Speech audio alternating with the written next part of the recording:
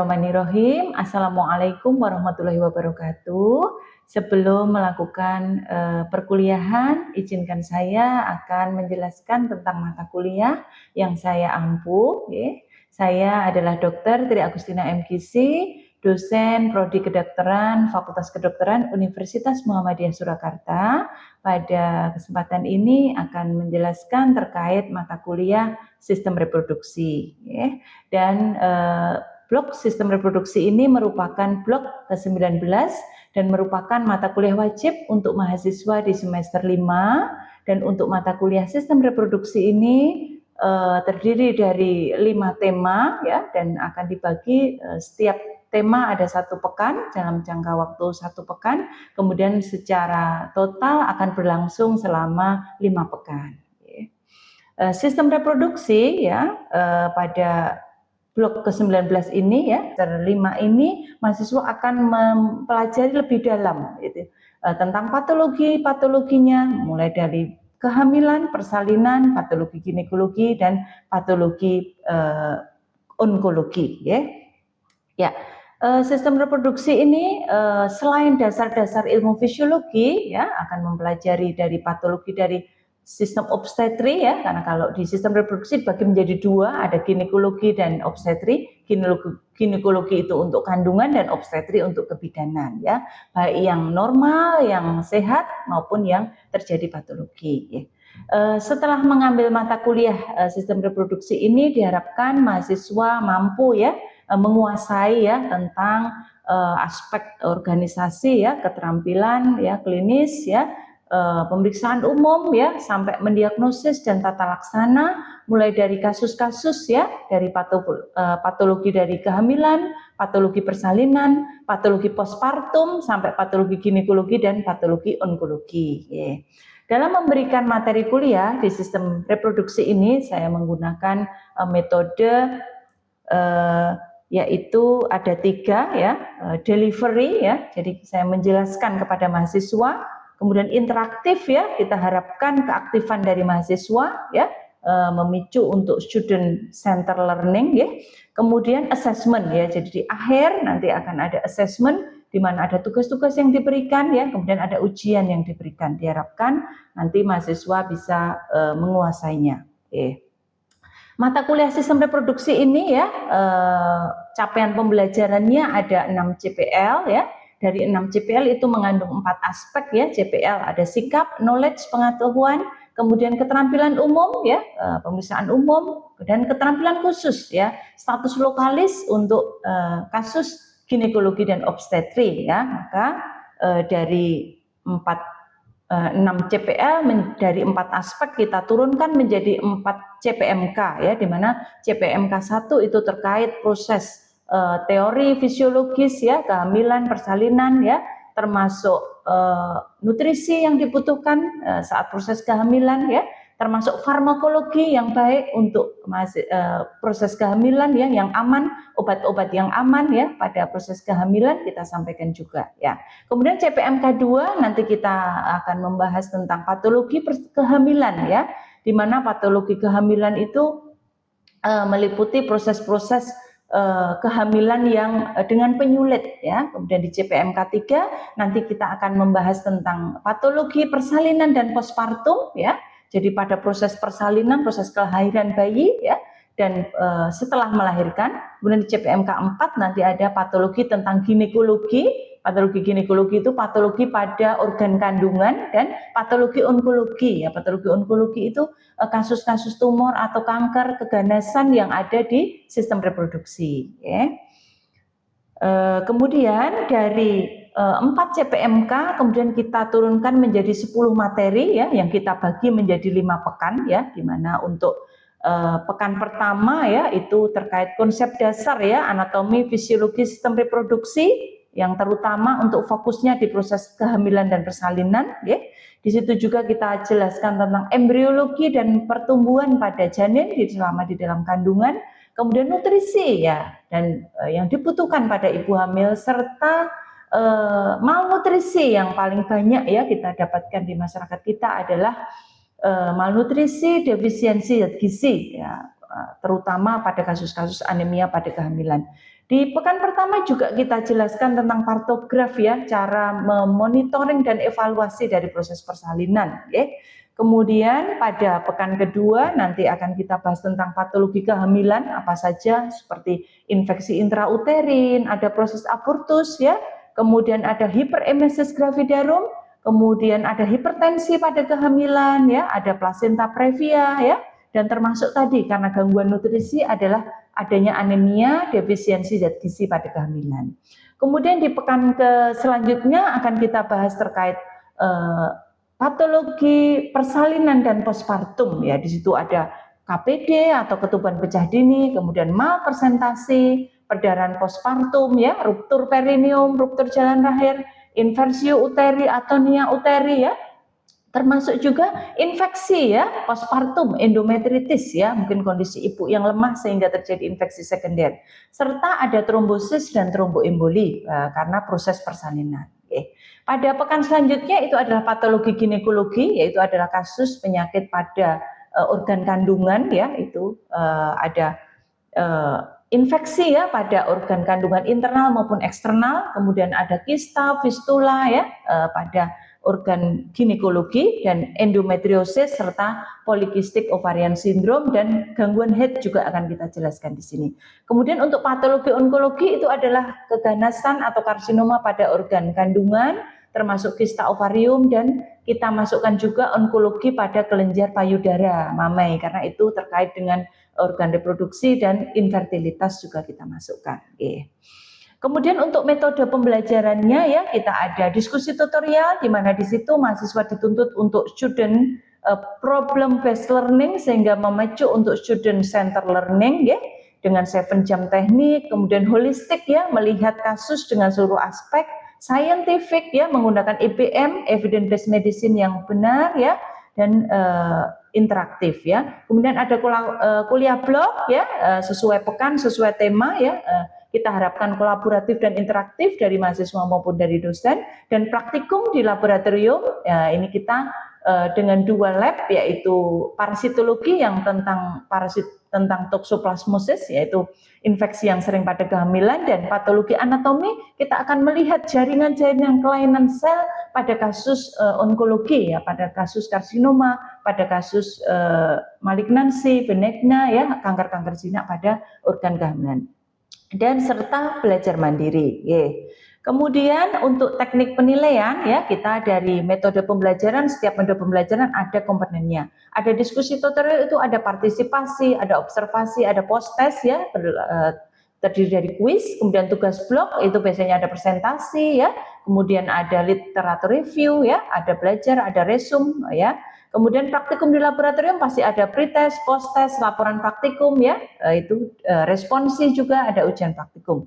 Ujian blok sesuai blueprint kita sampaikan di awal ya, materi, jumlah soal ya, biasanya ada 100 soal dalam waktu 100 menit. Gitu, okay. Kemudian teknik assessment pada mata kuliah ini ya ada dari tugas itu sekitar 10%, kemudian tutorial ada 15%, responsi itu ada 25% dan ujian blok atau ujian teori seluruh dari mata kuliah ada 50%, jadi total menjadi 100%. Okay.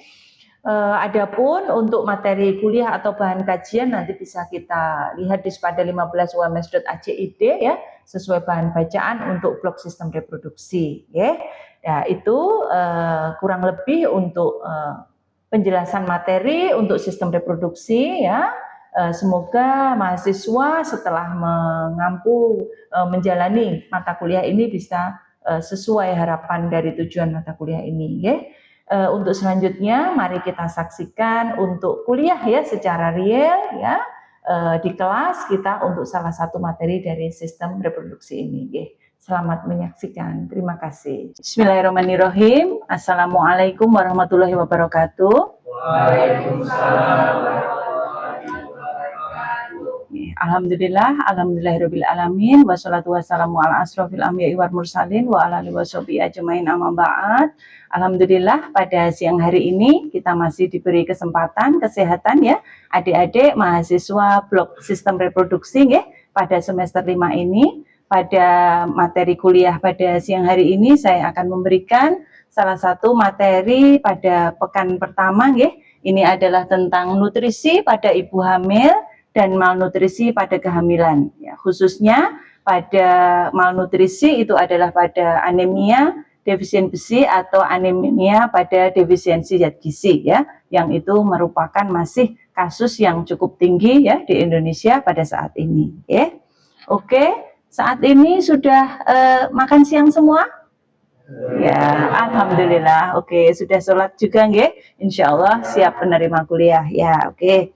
Langsung saja ya untuk siang ini saya akan memberikan sedikit ini ya, yang sebagai latar belakang ya.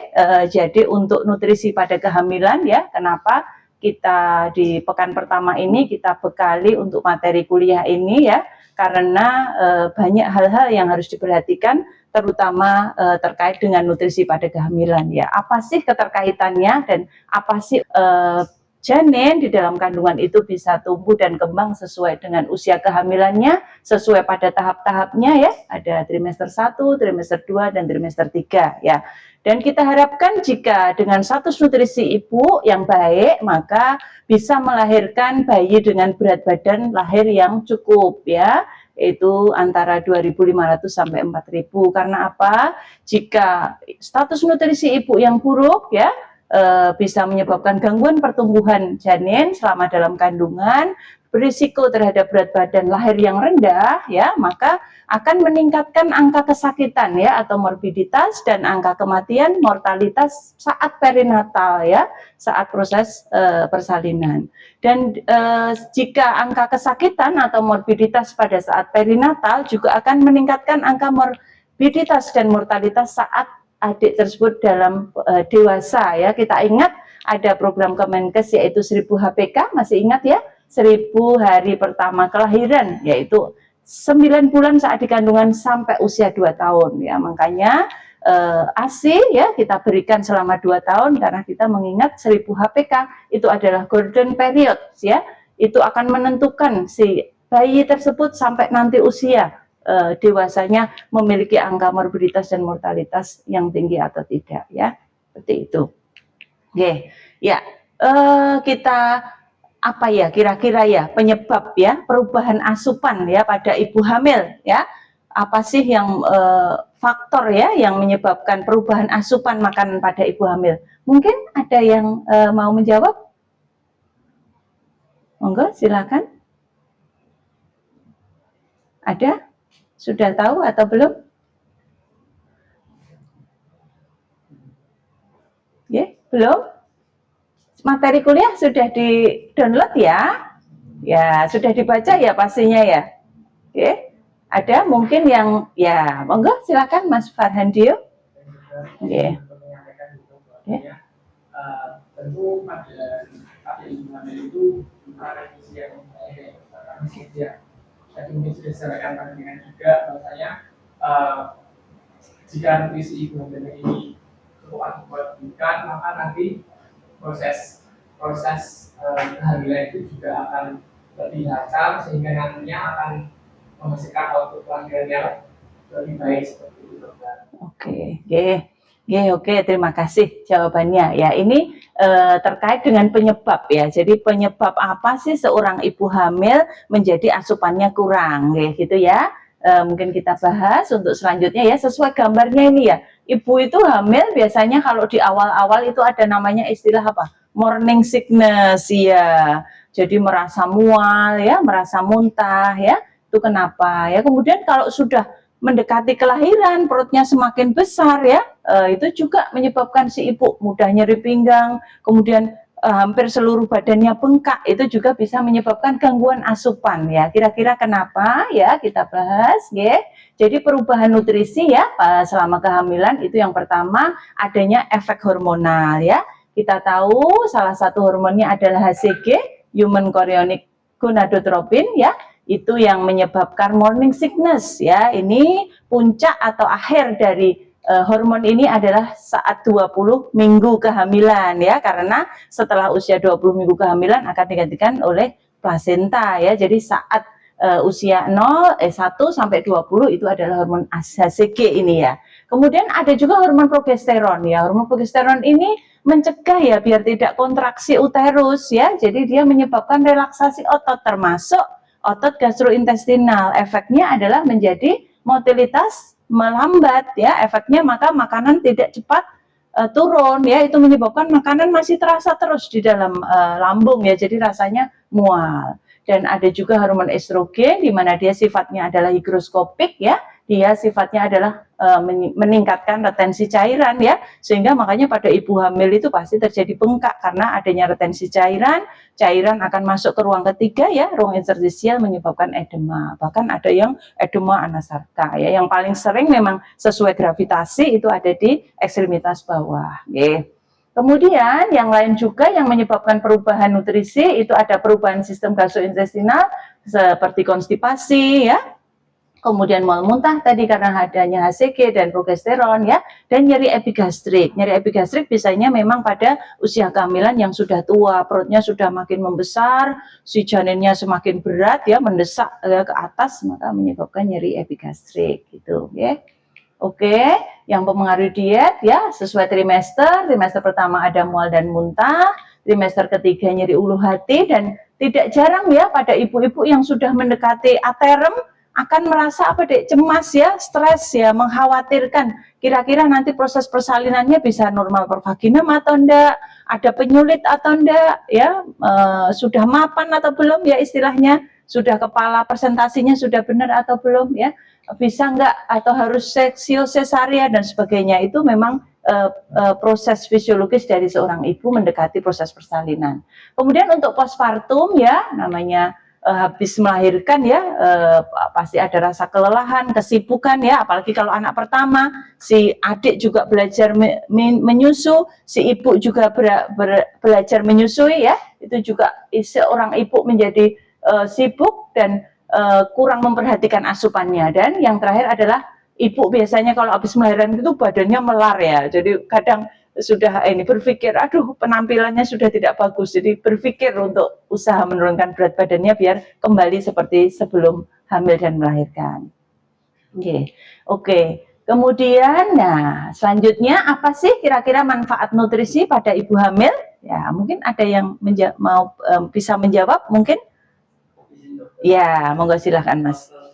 Oke. Kalau untuk manfaat yang saya tahu mungkin tadi dokter udah sempat singgung maupun Mas Dido untuk mempengaruhi pertumbuhan sama perkembangan janin. Jadi kan nutrisi itu biar janinnya itu otaknya berkembang, ibunya perkembangan tadinya, payudaranya persiapan memberi ASI setelah melahirkan. Oke, ya terima kasih jawabannya, baik sekali. Kita ulas ya, kebutuhan nutrisi diperlukan untuk pertumbuhan ya, ibu dan janin ya. Dan ibu hamil itu memang mengalami peningkatan berat badan ya, sudah banyak riset-riset ya terkait dengan peningkatan berat badan ya terhadap berat badan lahir ya, itu memang signifikan mempengaruhi. Dan 40% peningkatan berat badan pada ibu itu memang untuk pertumbuhan janin ya, plasenta ya, kemudian cairan ketuban ya, semuanya itu mempengaruhi berat badan ibu ya. Selain itu, selain yang ketiga ini juga untuk pertambahan uterus ya, dia semakin besar, kemudian kelenjar untuk ASI ya, menyusui, kelenjar payudara juga semakin membesar, kemudian lemak tubuh, darah, dan cairan interstisial yang tadi menyebabkan bengkak tadi karena efek hormon tadi ya. Oke ya. Kemudian kira-kira apa ya pentingnya nutrisi ya bagi ibu hamil ya secara spesifik gitu. Mungkin ada yang bisa menjawab? Mungkin? Ya, oke, terima kasih, monggo. Oke, ya, bagus sekali ya, terima kasih ya. Ya, jadi pentingnya nutrisi ya, tadi salah satunya adalah menurunkan komplikasi maternal ya, dari ibunya, sisi ibunya ya.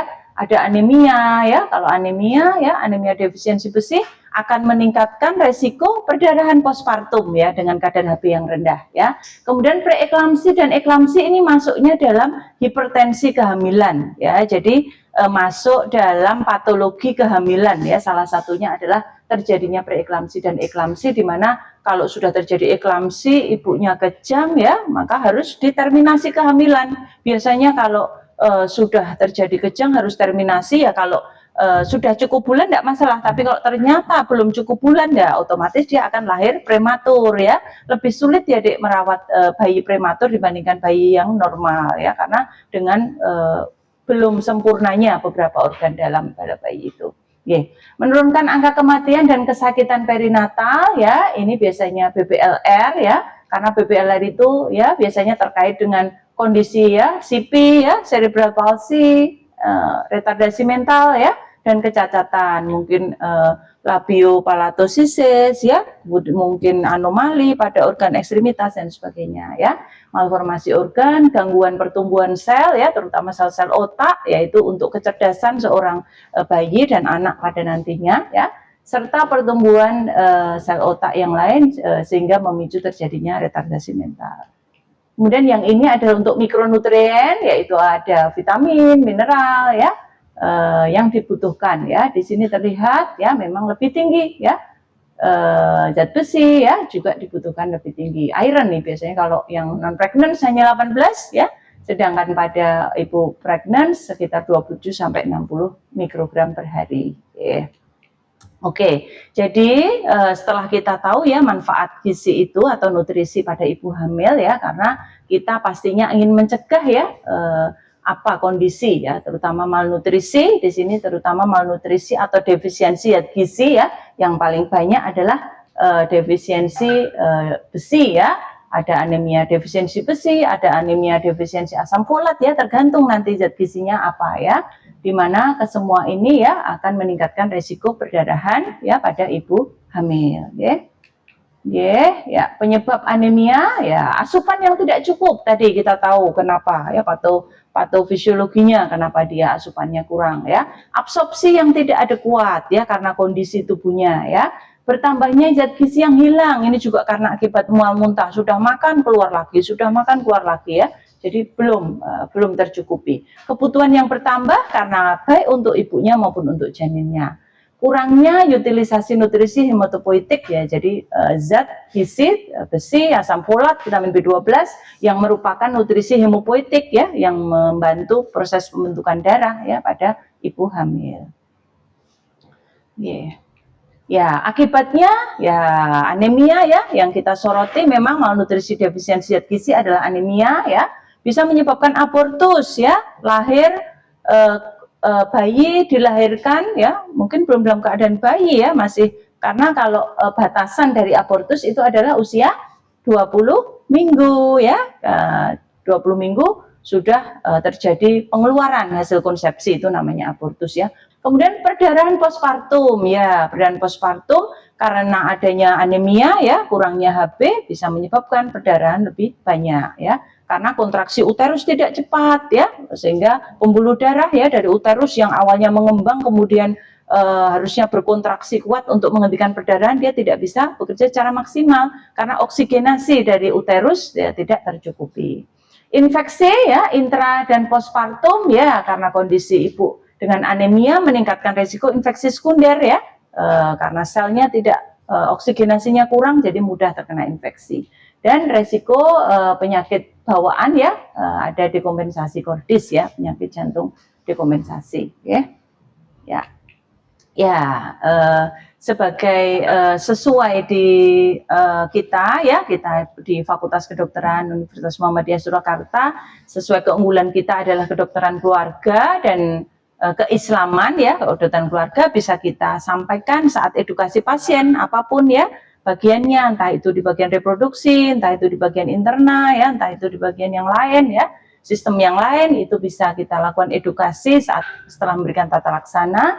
Dan untuk keislamannya ini sedikit saya masukkan untuk ayat Quran surah Al-Luqman ya, ayat 14. Mungkin ada yang bisa membacakan? Monggo silahkan Mas Rio. A'udzu billahi minasyaitonir rajim. Bismillahirrahmanirrahim. Wa wasainal insana biwalidayhi hamalathu ummuhu wahnan 'ala wahnin wa fisaluhu fi 'amaini an ishkurni wa liwalidayka ilayyal masir. Sadaqallahul 'azim. Artinya, dan kami perintahkan kepada manusia agar berbuat baik kepada kedua orang tuanya. Ibunya telah mengandungnya dalam keadaan lemah yang bertambah-tambah dan menyapinya dalam usia 2 tahun. Bersyukurlah kepadaku dan kedua orang tuamu, hanya kepadaku kembali. Surat Luqman ayat 12. Ya, oke, terima kasih Mas Rio. Ya, dari ayat ini ya kita bisa ambil ya hikmahnya ya. Kami perintahkan kepada manusia berbuat baik kepada orang tuanya ya. Jadi proses kita lahir di dunia ini tuh sejak hamil pun sudah kedua orang tua kita ya. Jadi di situ mengingatkan kita untuk tidak berhenti berbakti ya kepada orang tua. Ibaratnya apapun akan diberikan untuk anaknya ya, mulai dari masih dalam hamil ya, kemudian dalam kondisi mengandung ya, terutama berbakti kepada ibu ya, keadaan semakin lemah yang bertambah dan bertambah sampai adik-adik usia 2 tahun ya harus menyapih ya, menyusuinya ya, memberikan nutrisi yang baik untuk anaknya sampai usia 2 tahun. Dan bersyukurlah kepadaku dan kepada orang tuamu. Jadi sampai Allah itu menyamakan posisi bersyukur kepada Allah itu setara dengan bersyukur kepada orang tua ya. Bercara bersyukur kepada Allah ya kita melaksanakan semua perintah dan menjauhi semua larangannya. Sedangkan kepada orang tua apa? Berbakti, merawatnya ya sampai tidak ada ya, merawatnya sebisa kita ya. Kemudian hanya kepadaku kamu kembali, yaitu hikmahnya bahwa semua besok kita akan kembali ke Allah, jadi semua akan diminta pertanggungjawaban kepada Allah. Bagaimana kamu dulu kepada orang tuamu semena-mena enggak, merawat enggak ya sampai akhir hayatnya. Kemudian ya untuk pertemuan selanjutnya kita akan berdiskusi, kuliahnya biar lebih interaktif ya. Kita nanti akan melakukan presentasi dari tugas yang pekan ini saya berikan ya. Ini ada sebuah skenario ya, seorang perempuan berusia 26 tahun dengan status G2P1A0 hamil 20 minggu di antara suaminya untuk pemeriksaan rutin kehamilan atau antenatal care ya, ANC, melakukan anamnesis dan pemeriksaan fisik, ternyata menunjukkan pasien tidak mengalami kenaikan berat badan ya dari pemeriksaan 1 bulan yang lalu ya. Biasanya kalau masih trimester pertama kan 1 bulan sekali ya pemeriksaannya ya. Dan janinnya lebih kecil ya dari usia kehamilan, dan setelah dilakukan pemeriksaan penunjang pada pasien mengalami HB yang rendah ya. Dan dokter menyarankan untuk memberikan asupan makanan pada pasien dan memberikan edukasi untuk asupan makanan ya. Dari kasus ini ya, nanti dari mahasiswa ini silakan dibagi menjadi 2 kelompok, tim makronutrien dan tim mikronutrien ya. Nanti kelompok A dan kelompok B, kemudian apa tugasnya? Diskusi ya, monggo nanti sambil belajar mandiri di rumah bersama teman-teman ya, zat gizi apa nih, makro apa ya, sumbernya dari mana ya, kemudian berapa kebutuhannya ya, disampaikan di situ selama kehamilan dan manfaatnya dari masing-masing itu ya. Kemudian presentasi hasil diskusi kita lakukan pada pertemuan selanjutnya, dan untuk bahan ajarnya bisa dilihat di Spada ya 15 ums.ac.id sebagai bahan bacaannya, ada di situ sebagai referensi adik-adik mengerjakan tugas ya. Ya, ini referensi yang lain ya, selain yang ada di dalam web ya, di Spada 15 ya bisa diberikan. Oke. Ya, alhamdulillah ya, untuk perkuliahan pada siang hari ini kita akhiri ya. Semoga yang saya berikan bisa bermanfaat untuk adik-adik ya. Mohon maaf mungkin selama memberikan masih banyak kekurangan ya. Saya tutup. Alhamdulillahirabbil alamin. Subhanakallahumma wa bihamdika asyhadu alla ilaha illa anta astaghfiruka wa atubu ilaik. Akhirul kalam billahi taufiq wal hidayah. Wassalamualaikum warahmatullahi wabarakatuh.